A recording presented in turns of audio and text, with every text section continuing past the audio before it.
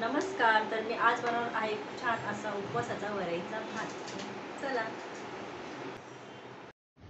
तर इथे मी हे वरईचे तांदूळ घेतलेले आहेत, जे खूप लहान असतात. ते त्याला कोणी भगरसुद्धा म्हणतं, तर ते उपवासाचे असतात. त्यानंतर इथे मी काही शेंगदाणे घेतलेले आहेत, त्यानंतर सुकं खोबऱ्याचे काही काप घेतलेले आहेत, त्यानंतर 2 हिरव्या मिरच्या घेतलेल्या आहेत. तर इथे मी 2च हिरव्या मिरच्या घेतलेल्या आहेत. तुम्ही तुमच्या आवडीप्रमाणे हिरव्या मिरच्या जास्त घेऊ शकता, तुम्हाला तिखट हवं असेल तर.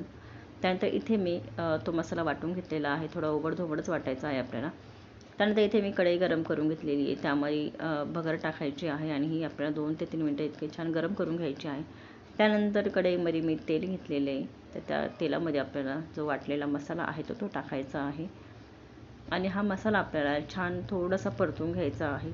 तर परतून झाल्यानंतर त्यामध्ये मी इथे पाणी टाकलेलं आहे. मी इथे 1 ते 1.5 तांब्या इतकं पाणी घेतलेलं आहे.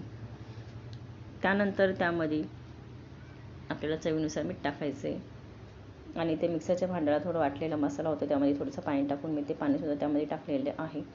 त्यानंतर इथे मी बटाट्याचे काप टाकलेले आहेत. तर त्यानंतर इथे वरईचं तांदूळ तर ते टाकायचे आहेत आपल्याला आणि हे सर्व आपल्याला छान मिक्स करून घ्यायचं आहे. तर मिक्स करून झाल्यानंतर त्यावरती आपल्याला झाकण ठेवून 5 ते 7 मिनटं आपल्याला छान वाफवून घ्यायचं आहे.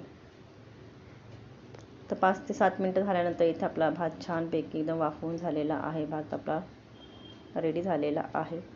तर आता इथे मी गरम गरम छान असा हा भात सर्व करत आहे. तर उपवासासाठी हा भात खूप छान लागतो खायला. त्यासोबत काही तळलेला किस आणि काही साबुदाण्याचे पापड आहेत. तर तुम्हाला आपला व्हिडिओ आवडल्यास प्लीज लाईक आणि सबस्क्राईबसुद्धा नक्की करा. Bye bye. धन्यवाद.